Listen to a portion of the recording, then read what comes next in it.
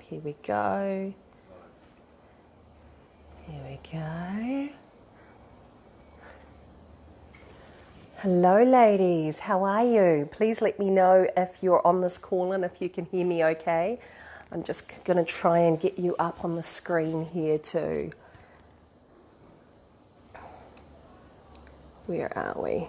Lucy is live now. Oh yeah, great. Up on the screen here too. Okay. All right, I can see myself.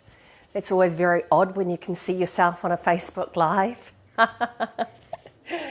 Anyway, let's just get everyone settled in while we wait for others to jump on the call. But when you're on, please say hi and please let me know where you're tuning in from, so the others know as well.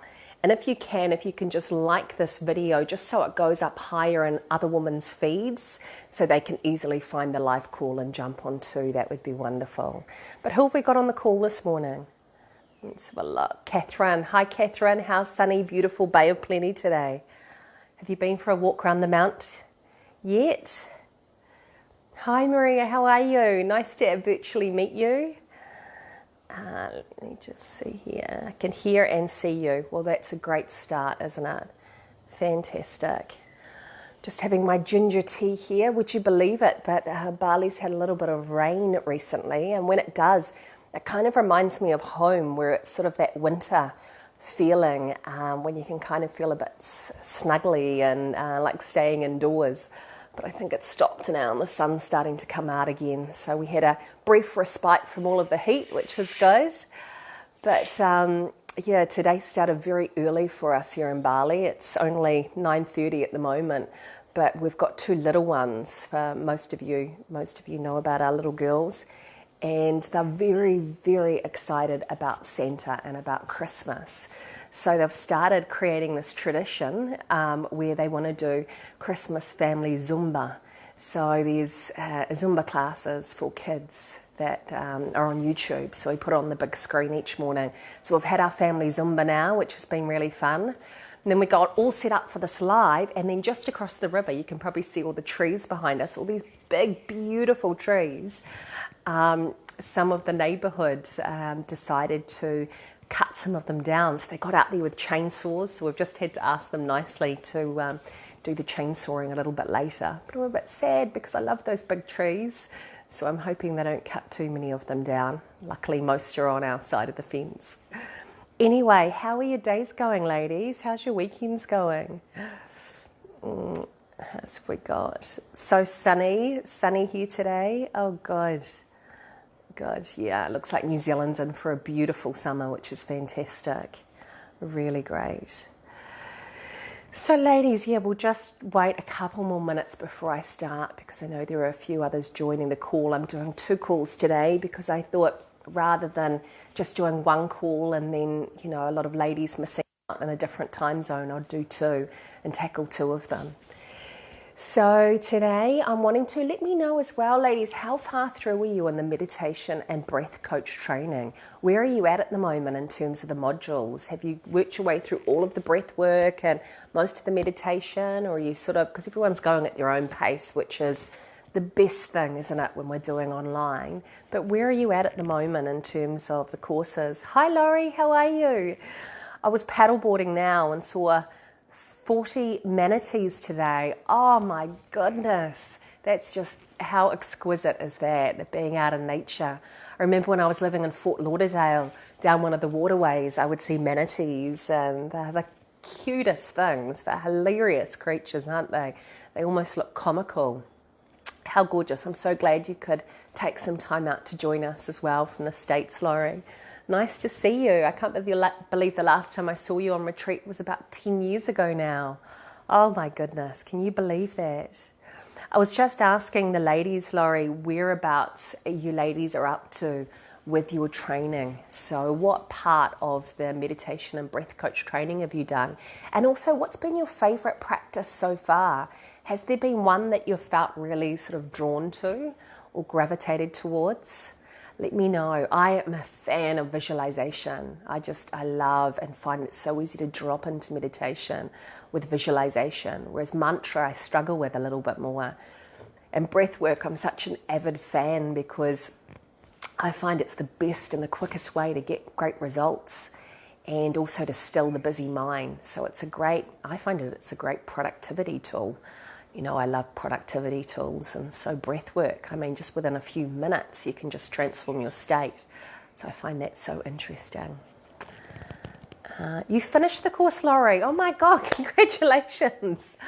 It's fantastic. Well done. It was amazing. Oh, great, Maria. Well done. I just finished yesterday, submitted the final assignment and completed the test. Looking forward to the feedback. Oh, wonderful. I know Megan is going through everything at the moment, so that's great. Laurie says, I love the chakra balancing and the breath work and visualization. Yeah, those are my favorite too. They're beautiful, aren't they? Absolutely love my kirtan, Maria said, ecstatic dance and all of the breath work. Isn't ecstatic dance so freeing? I think in life, you know, is worry. What is it that you would like to do?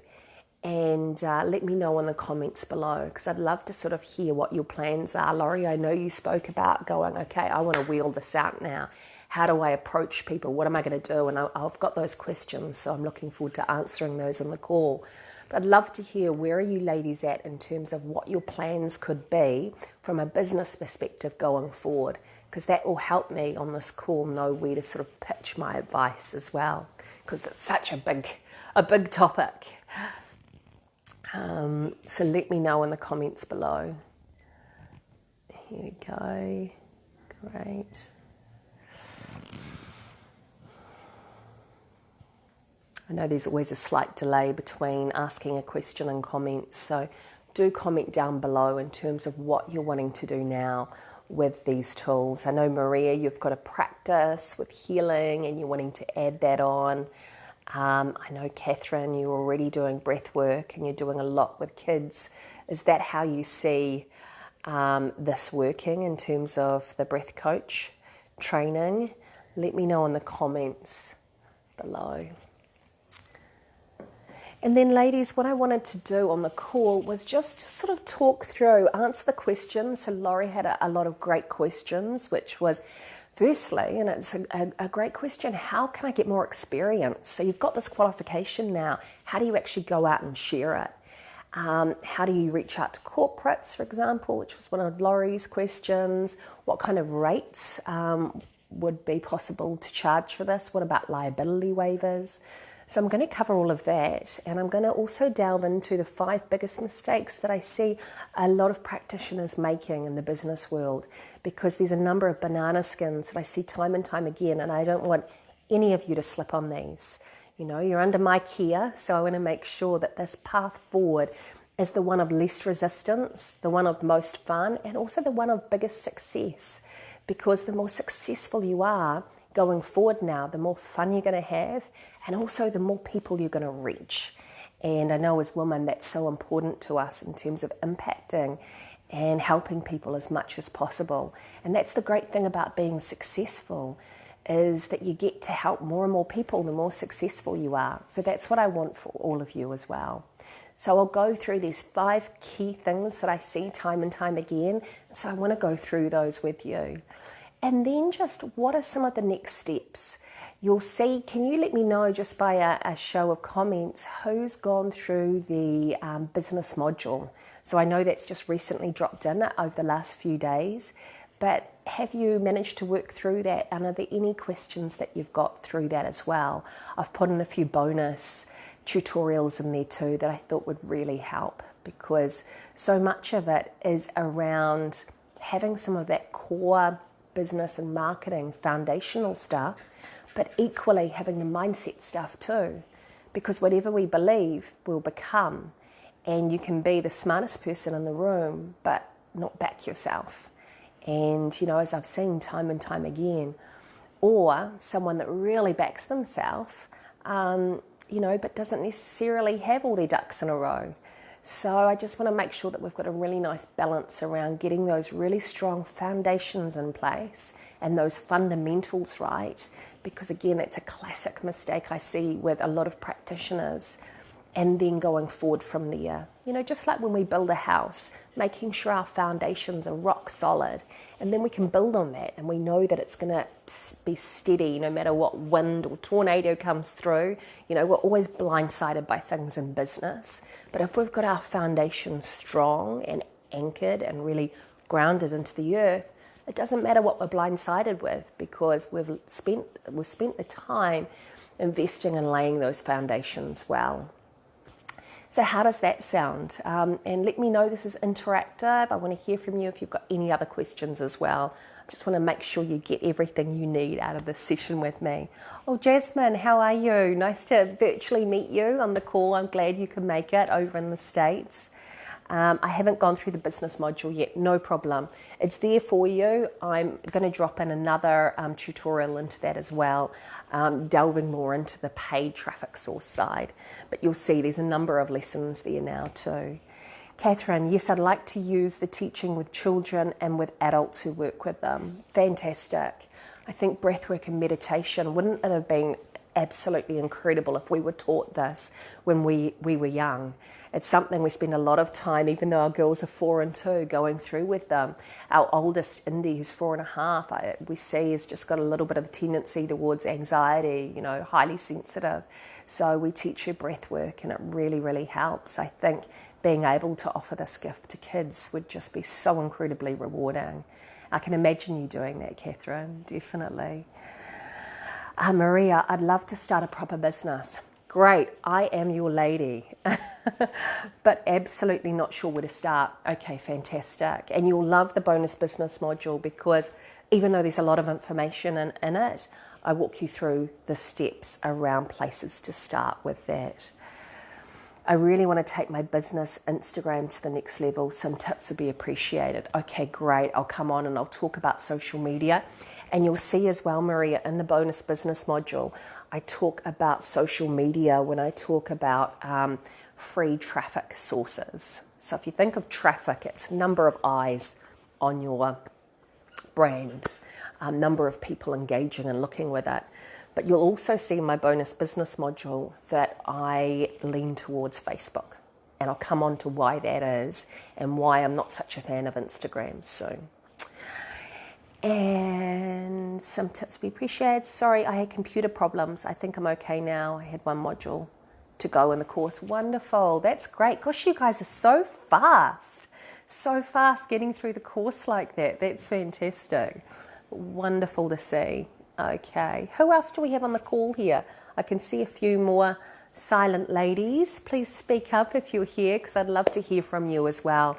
I want to make sure everyone walks away from this session with some solid understanding of where to from here, and also understanding, what are some practical steps that you can take forward after this course, and what are some of the banana skins that you can avoid going forward.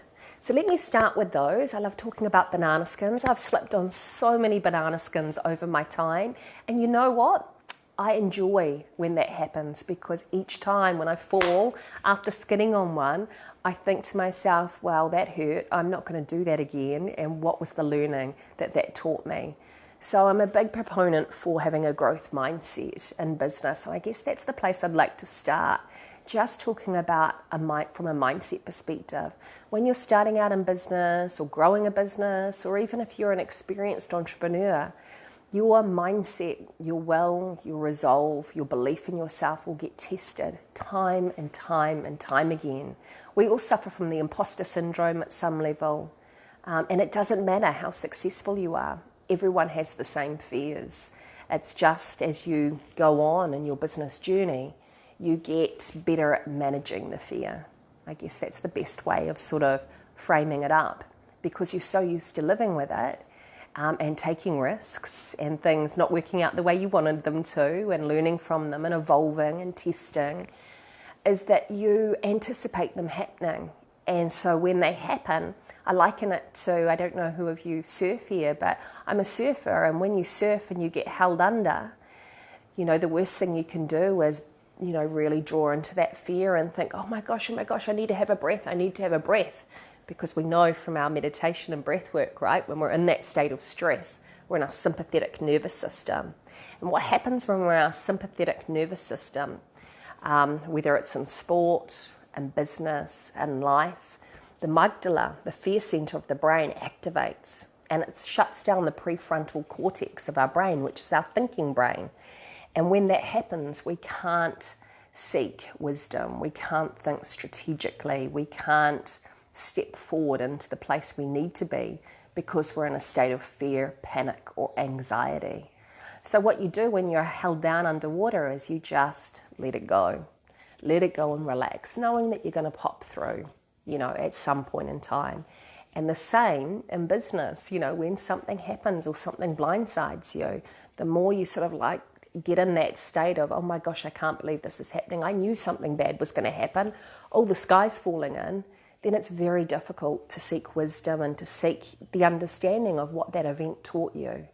And time again, you'll find when you're stepping into the business arena, there are going to be things that blindside you. I'm saying this not to scare you, but to prepare you.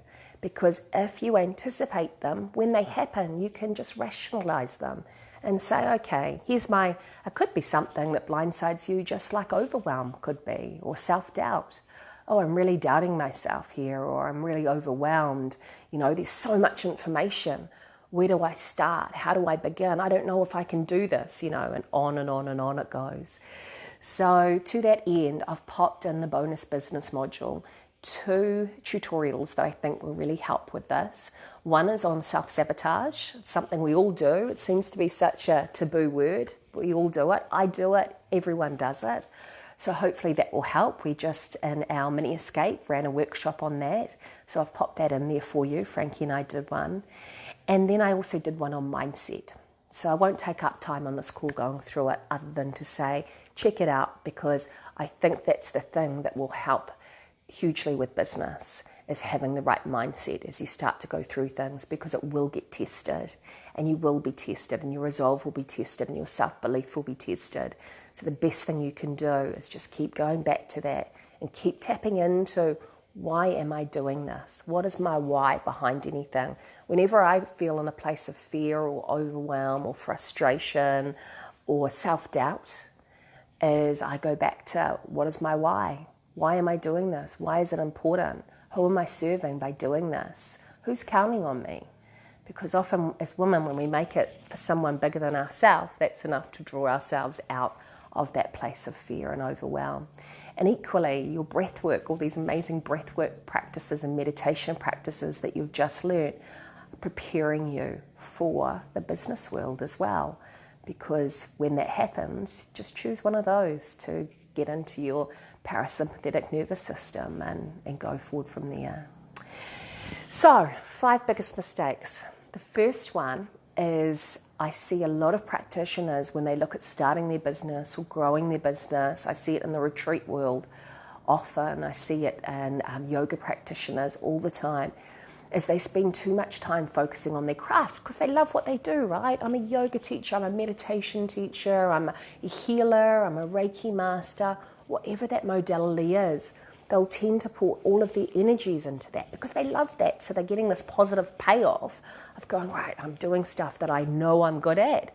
And as women, we tend to cling to our comfort zone. So we invest our time in business doing the things we're already good at. Whereas when we're looking at expanding our businesses and establishing a business, we're often faced with things that we don't know, that are foreign to us and that are new. So we're stepping out of our comfort zone. And that's where the struggle can be. And that's where the self-sabotage can be too, because it might be like, oh, well, I'll put that into the too hard basket and come to it, next week. And then next week becomes the following week. And what happens when we focus too much on our modality rather than things that I've put in the bonus business module, like traffic sources. Traffic sources is one of the most important things that you can focus on. Is it means that you build this beautiful program or beautiful workshop or beautiful classes, and you've got these amazing class plans, but no one knows about it. It's like building a highway and having no cars on it. And so that's why I always say what's so important, your modalities. Obviously, now you'll be wanting to get more experience, etc. But don't focus on that to the expense of really understanding the business piece, because that's the part that's actually going to create the business for you.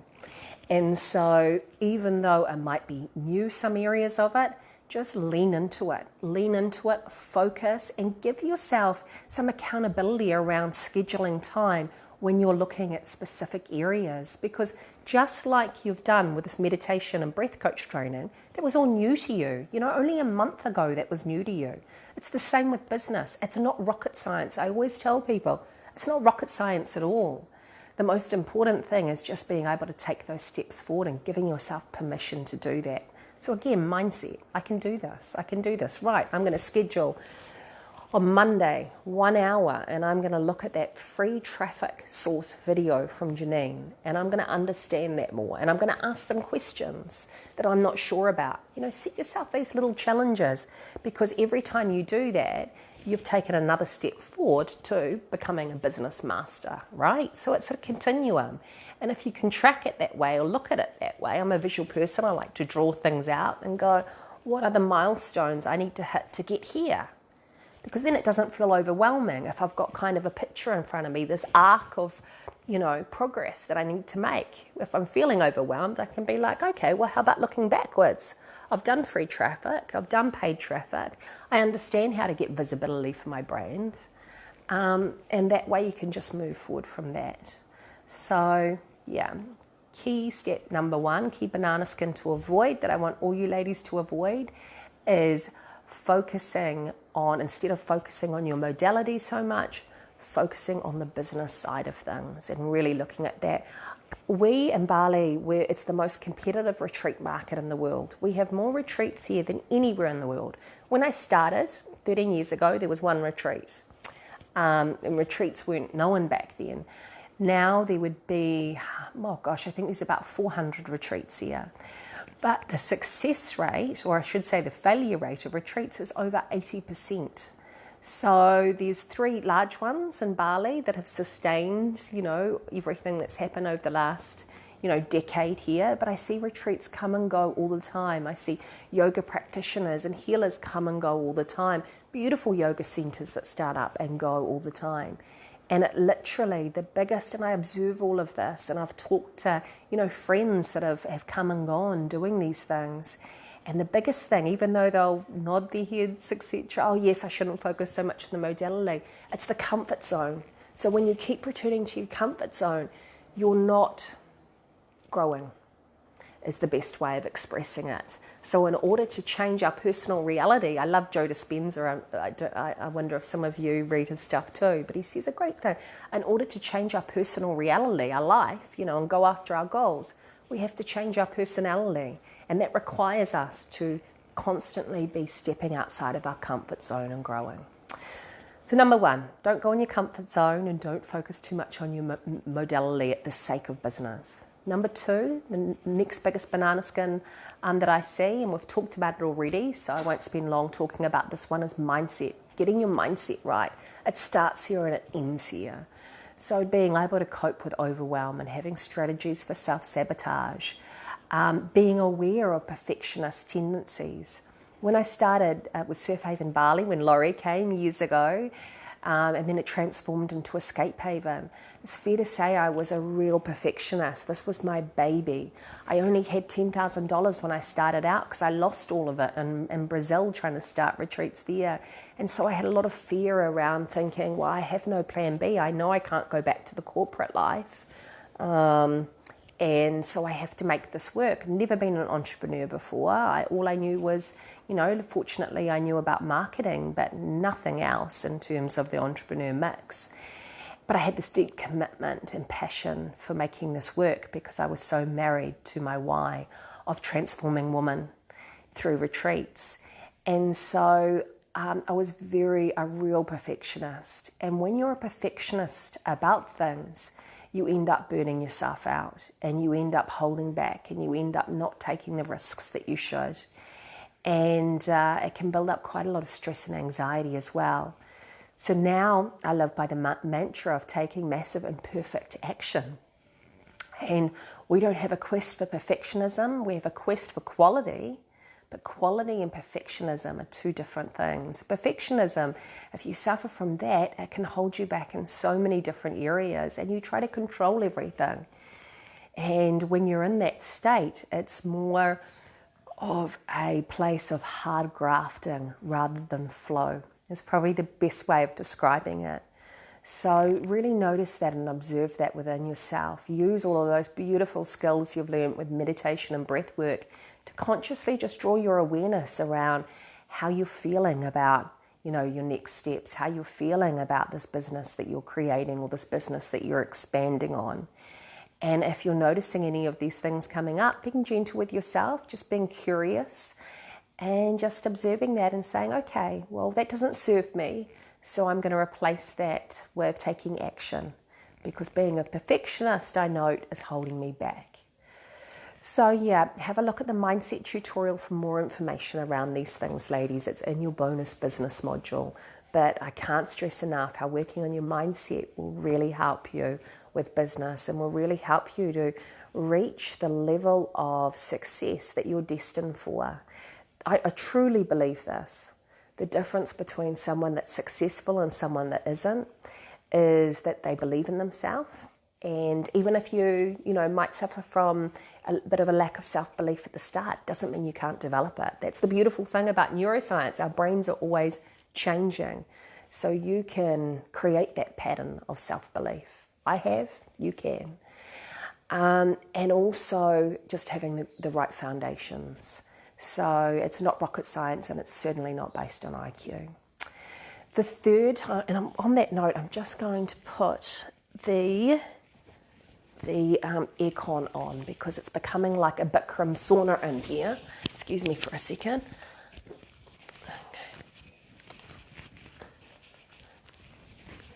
Our girls play with the aircon and it's on a timer now, unfortunately. Excuse me 1 second while I do this.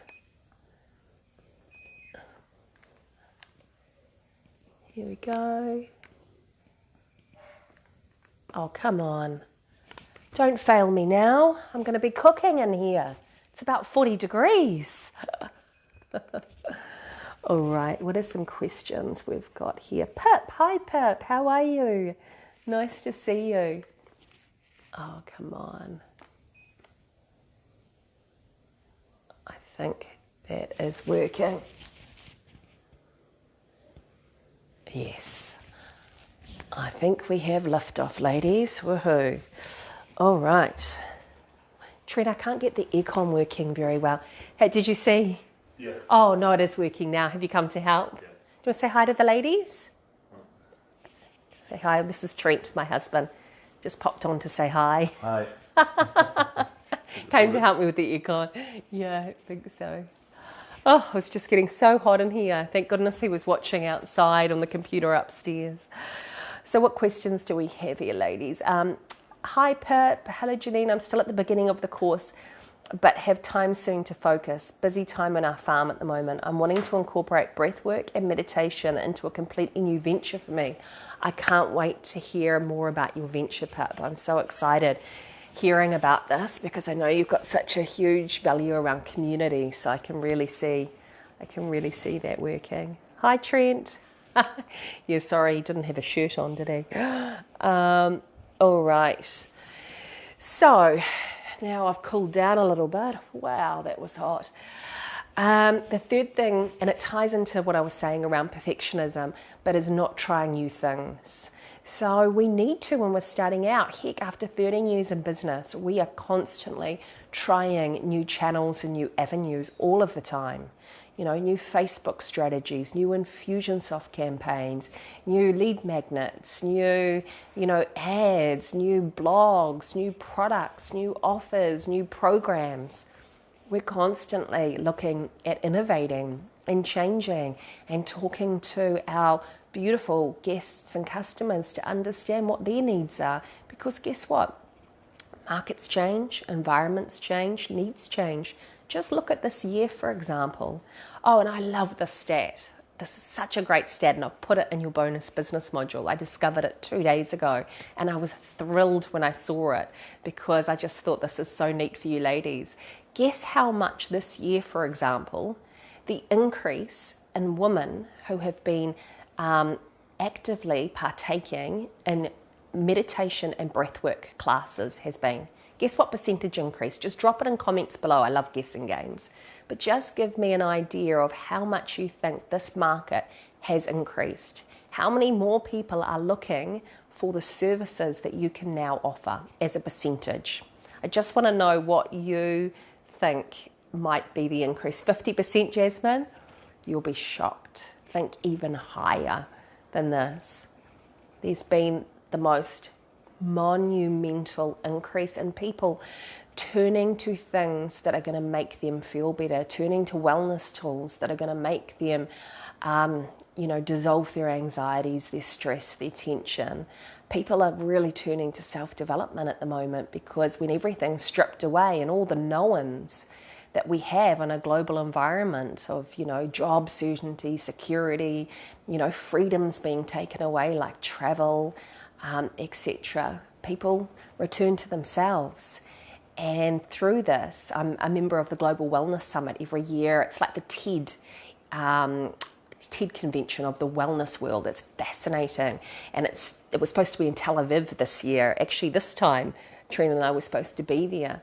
But they run the Global Wellness Institute. And I encourage all of you ladies to go and sign up for the Global Wellness Institute where, it's just a website. So you can go and consume the information that's for free there on trends because the market is moving so much. But this year alone, 95%, 65%, 69%, 100%, 2,000% increase.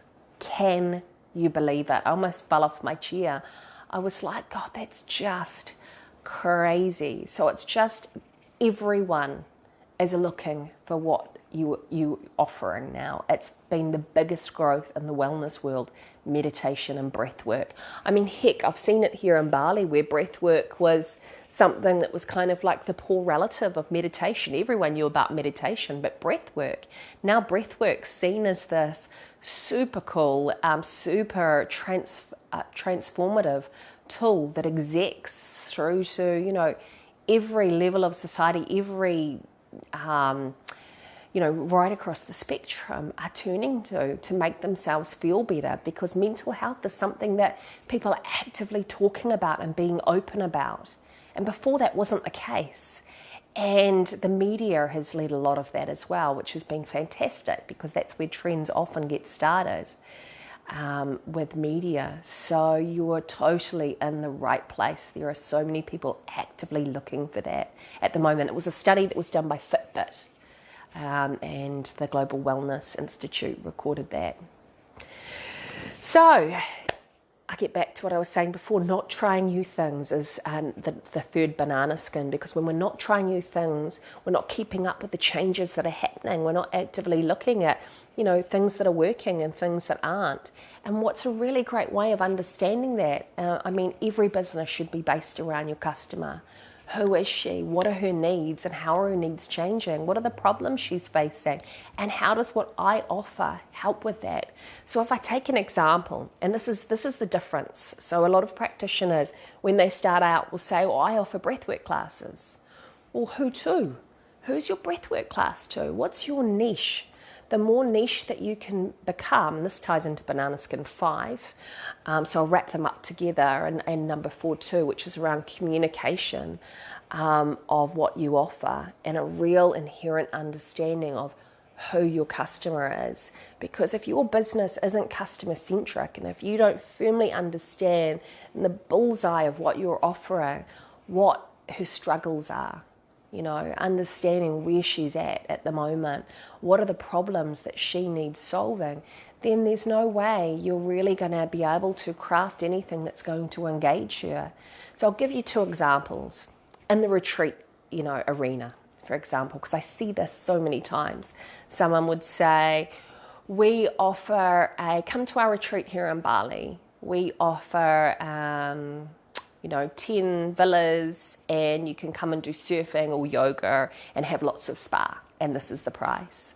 Versus understanding that your customers are busy and they are running around looking after everyone except for themselves, and they haven't had the time to focus on their wellness, so their sleep is suffering, so they're feeling overwhelmed by trying to be modern day superwoman and having so many balls up in the air, it's ridiculously hard to catch every one of them. And so then they're feeling like they're not achieving, and they've lost their gloss somewhere along the line, somewhere along the way. So they're needing to fill up their cup and really get back to that essence of who they are, because somewhere in the midst of that crazy busy life, they've forgotten. So you can see the richness when you sort of understand your customer from that layer. You're not just talking about the what. Oh, this is what I offer. I offer breathwork classes, or I offer, meditation classes or healing.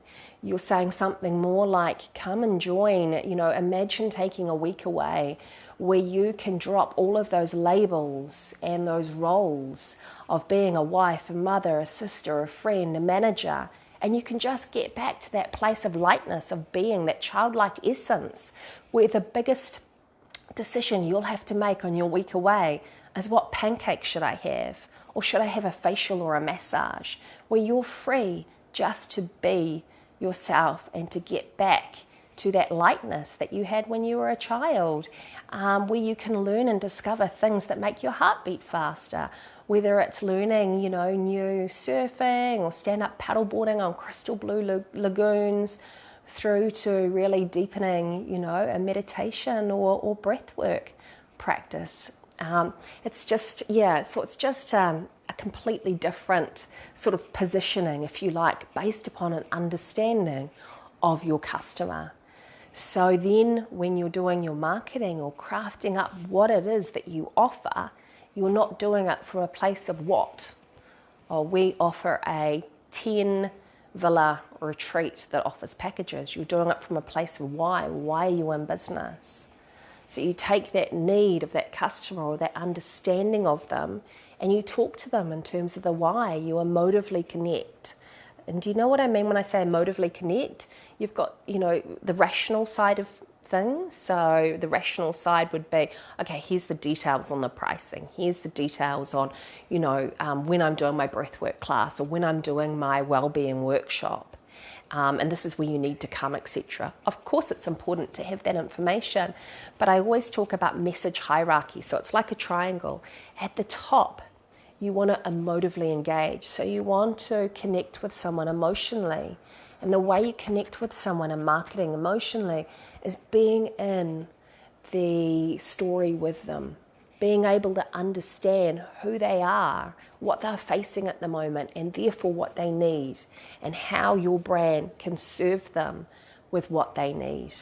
So with retreats, again, if I closed off that messaging piece I did before, it would be so you can go back home feeling refreshed, with a spring in your step, floating out the door. You'll be able to sleep better, live better, be able to reach your goals with ease, feeling like you've achieved and you're really making the most out of your life. You put them at the end of that experience. So, say if it was say, for example, if we look at that, and say, okay, well, I really want to offer breath work, and I'll take Laurie's example, and I'm looking at execs.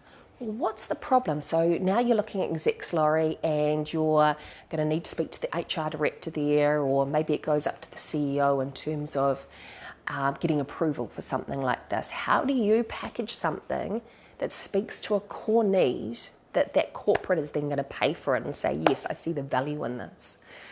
Well, the way in which I would approach that is thinking, okay, well, who is this market? Say if it was banking, for example. Bankers have huge budgets, banking businesses. So we do a bit of corporate work with some of the virtual stuff we did, particularly in Canada and the States at the moment.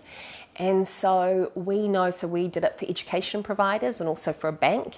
And we understood that, say if we look at the banking sector, They are really, really time poor. They're constantly rushed off their feet. Stress is very high, and as a consequence, sleep is a massive issue for them. So we designed a lot of stuff around sleep. So that would be an approach I would take, because then from an executive point of view, it would be like, wow, okay, if my employees sleep better and have better quality sleep, they're going to be more productive at work. So more productive at work means more money on the bottom line. So that's how a corporate would be able to evaluate whether they wanted to invest in having breath work or meditation workshops and training, which all corporates should invest in that for their staff, absolutely, because we know it keeps stress at bay. It helps them sleep better, it helps them function better, it elevates their mood, it allows them to make better decisions, it makes them more productive. See all the languaging there? That's what a corporate will want to hear. So you just package it up based upon knowing your target audience and knowing what their pain points are, what are their struggles, and how does what you offer help with those. And that's the beautiful thing about the wellness world, because all of these modalities help them live better lives. And in a work context, if you're looking at corporates like Laurier's, that's where the high ticket, like classes are and workshops are. You get paid a lot more in corporates. But equally, it is something that is very easy to craft up a solution for them, because their biggest issues is staff retention, and because of high stress levels and employees that aren't productive because they're not taking care of themselves and sleeping, they're not prioritizing wellness. So you could, for example, if you were looking at a niche within that, take one area. So we've talked about stress, we've talked about productivity.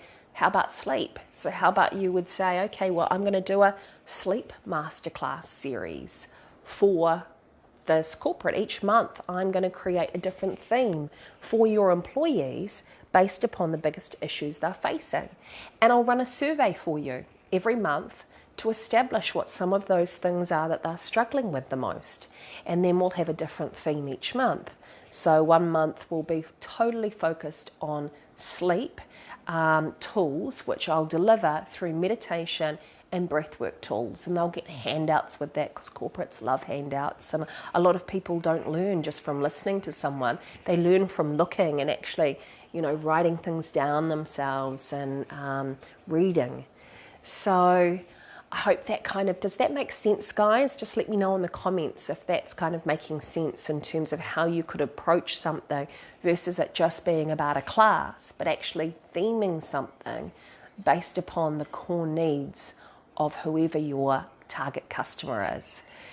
And don't worry about remembering all of this.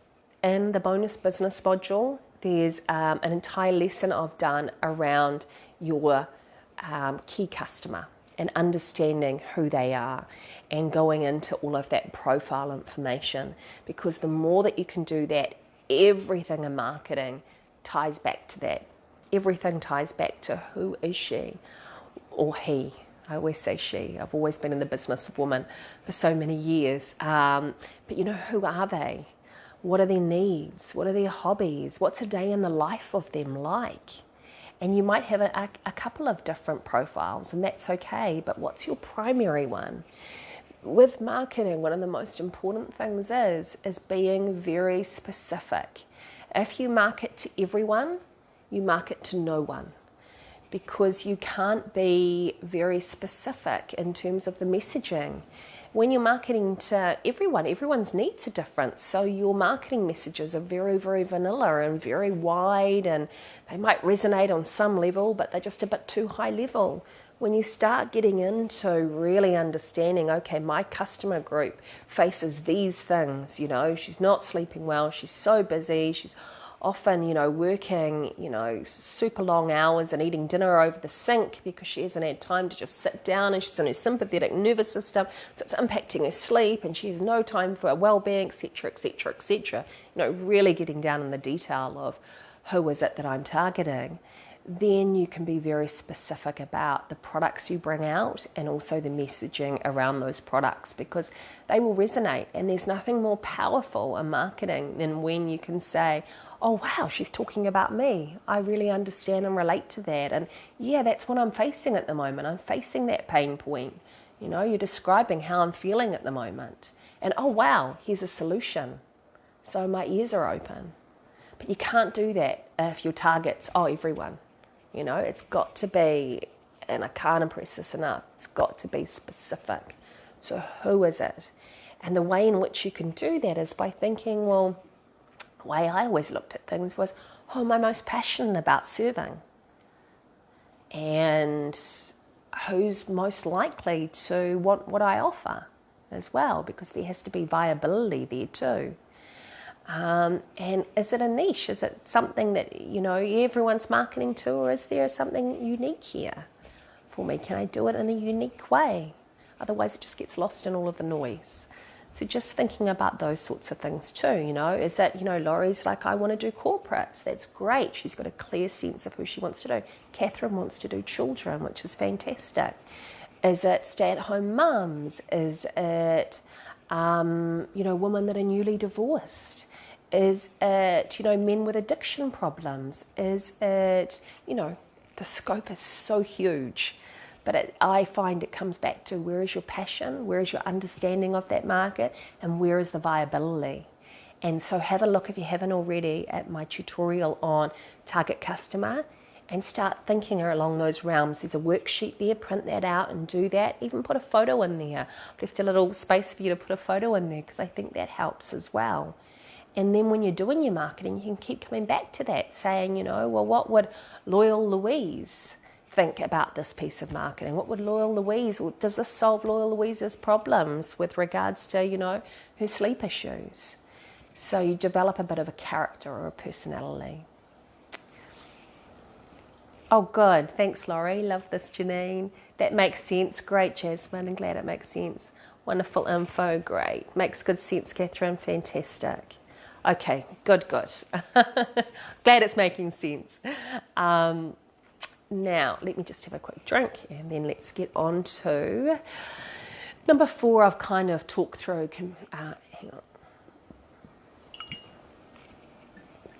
So, the next banana skin, which I've sort of touched on, is communicating from the what, not the why.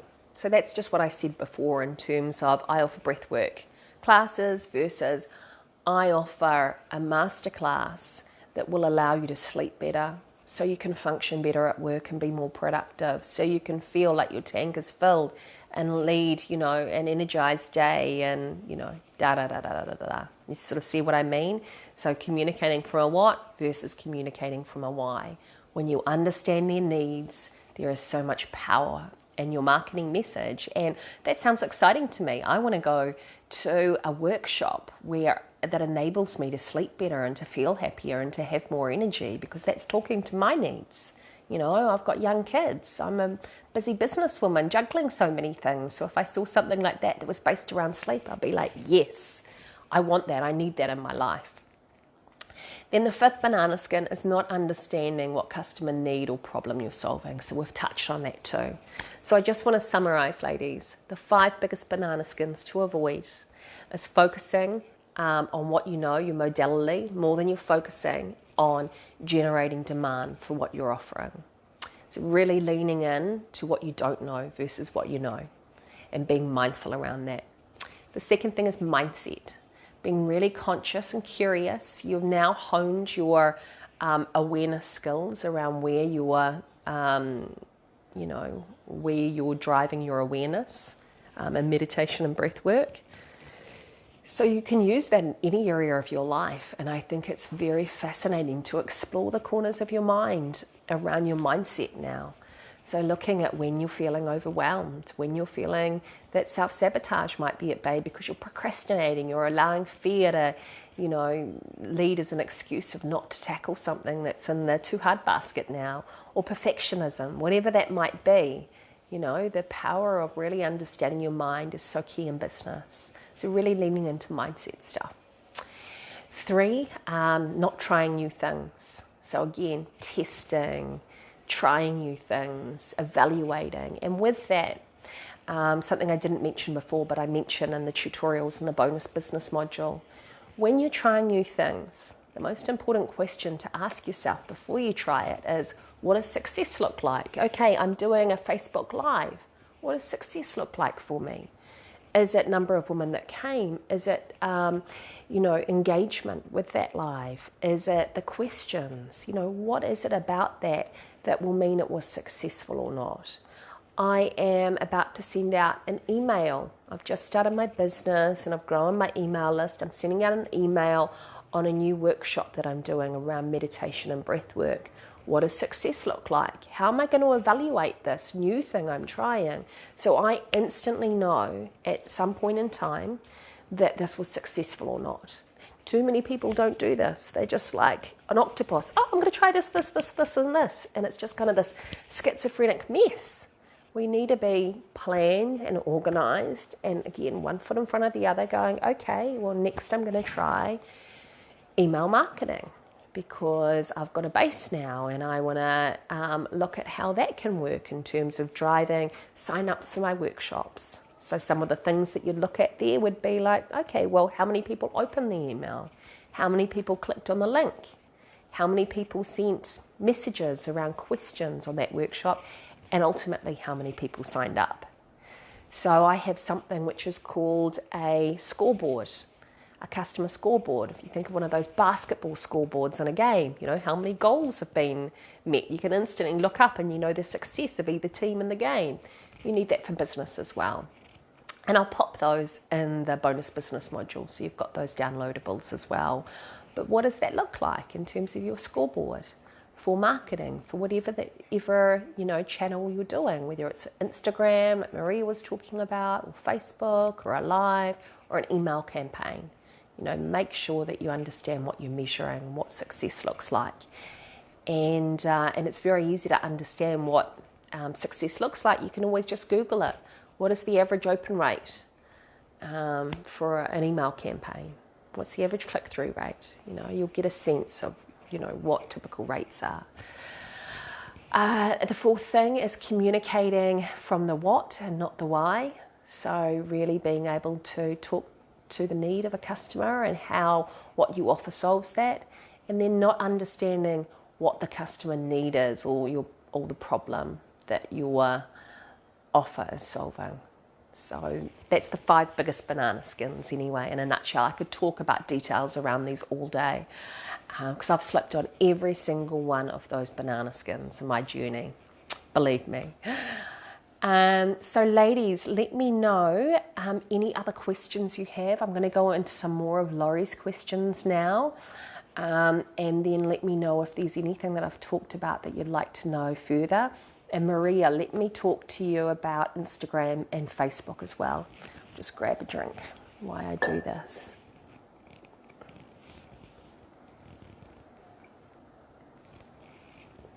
Oh gosh, it's 10:26. I always overtalk, don't I? Okay, I've got about 10 minutes, ladies, before I'll need to wrap up because I've got 3 live calls today. It's very exciting for someone that likes to talk. So Maria, let me address the question that you asked around Instagram versus Facebook. We as a business don't focus much on Instagram at all because we know that a lot of our customers don't hang out there. If you look, and I've put this in the bonus business module as well, but for Facebook, let me start with Instagram. So Instagram has 1 billion active users with a skew towards a younger, what we call demographic. So a younger group of customers with a female bias. So about 56% are female and the majority are millennials or teenagers as well. So a big skew towards that sector. For our core target audience, only about 15% of our whole customer base are active, are regular on Instagram. So we don't focus on that channel much because of that. We obviously have a presence there, but we certainly wouldn't put much spend or much focus there. Whereas Facebook has 1 billion on Instagram and only a small part of our market. Facebook, 2.7 billion customers are there. So I challenge you to find a market that's not on there. Even my 90-year-old mother is on Facebook, can you believe? I was just like, who set her up on Facebook? Please. And my husband's mum is too, and we'll get It's hilarious. They'll look at a live that's already happened and they'll think that it's happening at the time. Hello, can you see me? How are you today? And it's like, oh, that was recorded a few days ago, Mum. Oh, was it? Anyway, I digress. So Facebook is fantastic because it's got such huge reach. With marketing, especially with limited investment, I remember when I started out, I had 10 grand and most of that went on accommodation. So I had this much for marketing, this much when I first started. And Facebook is, so you want to be really, really clear on where your market's hanging out and which is the easiest and most, affordable way of reaching them. And so the way I look at things when I was approaching my marketing plan, and it's important to have a marketing plan, very important, is that Facebook was a really great way. I could start up a Facebook page, which I did because you need to become visible. Visibility is absolutely key. And I could do that through having a web page, and WordPress makes it extremely easy to get some form of web presence up. Even just a page is really great. Long tail page is totally fine. And then also a Facebook page. So that's how I started. And with the Facebook page, I knew that a lot of my customers were on Facebook. So it's a great place to start because your customers are definitely hanging out there. And it's very good in terms of being able to drive what we call call to action. So you can have links in there, and you can have a lot of information about what your business. On Instagram, you're really restricted with your bio. You've literally got about 48 characters. On Facebook, you can just go for gold and really have this richness around what do you offer? And, what is your why? And you can have a lot of photos up there. Whereas Instagram, its original purpose was a photo sharing site. So I hope that kind of answers the difference, Marie, between the two and why I favour Facebook. And equally with Facebook, you've got the power of Facebook groups. We love Facebook groups because a lot of countries are, it's not necessarily a safe space for them in a public setting. We'll have ladies that will comment a lot in our Facebook groups. I mean, for those in our mini escapes, you'll see how many women comment all of the time, which is wonderful because it's a safe space. Only women are in there and only women connected to our brand are in there. And there's no judgment in there, which is wonderful. But when you're in on public pages, people are very, very reluctant to engage as much. And so that's the benefit of Facebook with the Facebook groups. Facebook groups are a powerful way to develop communities and bring like-minded people together. So whatever niche you are going to establish or you're going to market and service to, it's creating a Facebook group is a great place to start. And then in terms of, so does that kind of answer your questions? Let me know in the comments below if that does. Interesting information, very helpful, great. I'm so pleased. And I talk about that more as well in the bonus business module. It's called free traffic sources, the lesson. And I'm going to do one in more depth on paid traffic sources and drop that in next week for you ladies too, because I want you to have lots of information. And there's so much we could talk about. I mean, literally we could talk about things for weeks and weeks around marketing and business, but I just want to drop the stuff in that will get you started and the things that you want to avoid. So Laurie, we've talked about how to get more experience, one of Laurie's questions. It's a great question. We talk about in the bonus business module as well. But now you've established this training that you've had. You've gone through it. You're keen to start teaching, which is fantastic. And there's a number of ways you can do it. Gone are the days where it has to be in a traditional studio. What this year has shown us more than anything is people are willing and wanting to do things from the comfort of their own home. Gosh, I've never even done a Facebook Live until this year. It's still a bit odd for me looking at having a conversation with this crazy looking stand. It feels like I'm talking to a robot in a way, but you get around that and people have got it around that barrier of online this year, which has been wonderful because then you don't have to get to a studio. And there's so many people that wouldn't have gone to studios before because they wouldn't have felt comfortable about going. Maybe they didn't want to get into yoga gear because they were judgmental on the way they looked and they didn't want to put themselves out there. So there's so many people, or it was uncomfortable to travel, or they couldn't get into town because they were remote, whatever it is. online is fantastic because it reaches everyone and it's a safe space for everyone too. So get really creative, ladies, in terms of thinking about all the different avenues you have at your disposal now. You can start your own, and one of the things I'd really love to see with you ladies is starting your own Facebook group. You know, starting your own Facebook page, getting visibility around it, looking at Facebook groups in your target market. So say, for example, for me, I looked at Facebook groups. Like, one of my biggest passions is helping women in business. And I love it. Trent just thinks it's hilarious how, how active I am on some of these groups. There's one, a retreat group, for example. And so I just looked at different retreat Facebook groups and being of service, because some of these ladies are just starting out and really not knowing how to go forward in things. So you can become, connect with people and become a subject matter expert in some of these groups. And it's a great way when you're offering value of people following you and people signing up to your Facebook groups or signing up to your programs as well. Because they're like, oh, wow, she's an expert in this area, or she's got credentials in this area. And then, approaching some of the pages and saying, hey, I'd love to offer this, or I'd love to offer that for your readers. So say, for example, breath work. Say you're wanting to do breath work and you're wanting to reach mums, because mums, especially new mums, are really not sleeping well. And you know that breath work will help with that anxiety and that stress of being able to juggle. That struggle. Remember that struggle for those that are mums of in those early days? We're finally getting through it with our youngest one being 2.5 now, but boy, what a crazy time. So I would go to mums groups on Facebook and say, hey, I would love to do some community classes as a karma initiative. And by doing that, you're offering it for free at the start. And then you're starting to see you're getting more experience, but also people will start following you. They'll start liking your Facebook page. They'll start joining your Facebook groups. And then building upon there, looking at collaborations is another great way of doing it. So when I finished my yoga teacher training earlier in the year with my friend Marissa, she does yin training online for her friends and asked me to come and do the breathwork component of it. And I do breathwork for my girlfriends every Monday back in New Zealand. So that was a way of me getting my experience up, which was really fantastic as well. So the more times that you're getting out there, and it might be, and be very prepared to actually offer community classes at the start, because you'll start to get a following.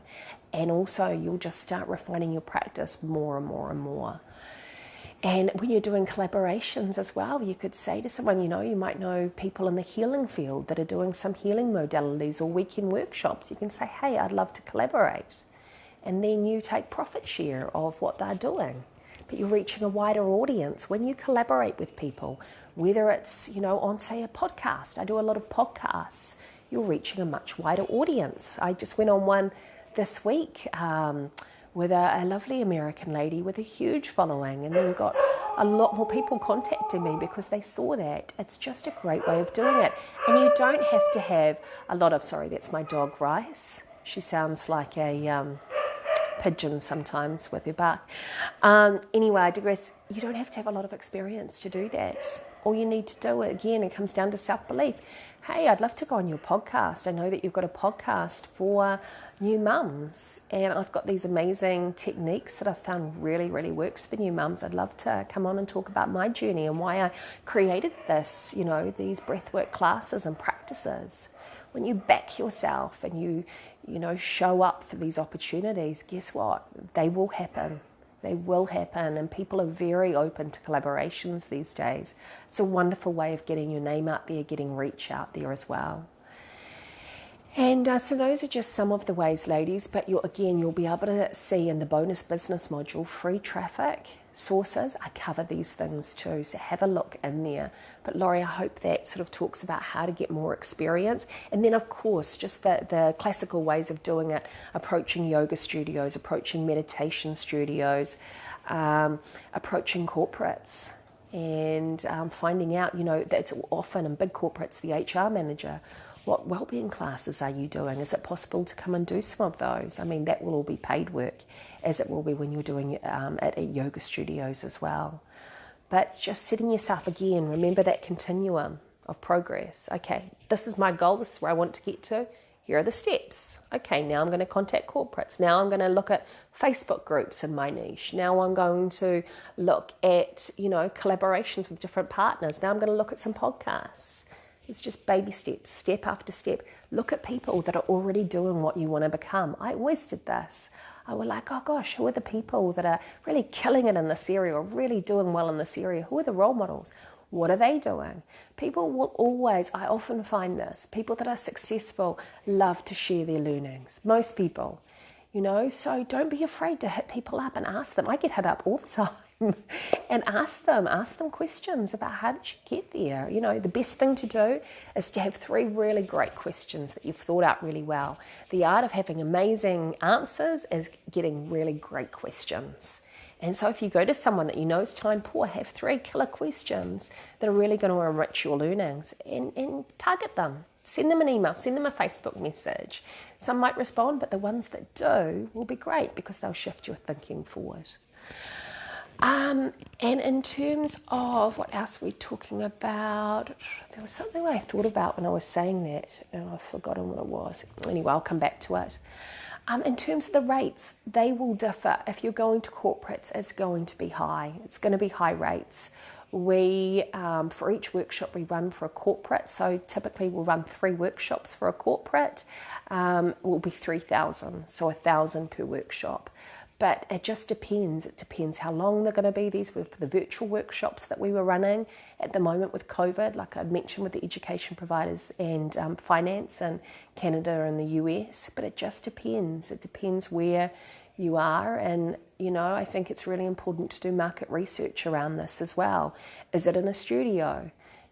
So I know instructors, and it differs in different markets, but it can be anywhere from 50 up to 150 American. So it just depends where you are and the format of your class. What I would always recommend is building in more of a workshop type class, because when you're building in stuff around it rather than just being, say, a 15-minute practice, then you are attributing extra value to it. And it can't be dissected into, oh, okay, it's just a 15-minute class and that's it. Well, no, it's going to be a talk around, there could be some mindset element to it. It could be something where you're explaining, just like Megan did when she was doing the explanation in the workshop before the practice. That's where the value is, because people want to understand the why behind something. So pad it out. Rather than it just being something small, pad it out based upon the market need. We're going to talk about sleep strategies here today. I'm going to give you the most beautiful, breathwork practice that's going to make sure you drop off to sleep like that, and so you can wake up and feel incredibly refreshed. But I'm also going to explain why it does that. I'm going to go into the vagus nerve. I'm going to go into the importance of the exhale and the quality of your breath. I'm going to go into, the autonomic nervous system, and understanding why we are, the ancient brain is wired the way it's wired. You have all of this incredible knowledge that, ladies, that you've now studied. A lot of people that practice breathwork and meditation don't have that. They don't understand all of that. They'll just turn up to a class at the gym and have no understanding of why they're doing it and what they're doing it. And guess what? They won't be regulars. The art of really being able to explain the nuts and bolts of stuff, depending on who your market is. So Catherine, for you with kids, I wouldn't do this. I'd do play or something else around it to pad it out. But for others, they want to understand that. And then your marketing, again, based upon that need. So my endeavour is to make sure you sleep like a queen, so that you wake up. Gone are those days of you feeling tired and frustrated and not kicking those goals that you want to, and your mood suffering. Gone are those days. We're going to work on making you sleep incredibly like you did when you were a kid and went to sleep, when your head hits the pillow and you were out. So does that make sense, ladies? I'm just looking at time. I better wrap this up really quickly. But do let me know if there's any other questions. Liability waivers, Laurie, yes, I really do believe, especially in the States, liability waivers, especially with breathwork, it's important. You can look at our liability waivers we've got and then just run them past someone in the States and make sure, look at our ones on ClassPass, on our website page, and then just make sure that, you know, your lawyer in the States just tweaks stuff relevant for you. But it's important to have liability waivers. I think anything, just from a compliance point of view, that you can finesse and sharpen is great, because you never know.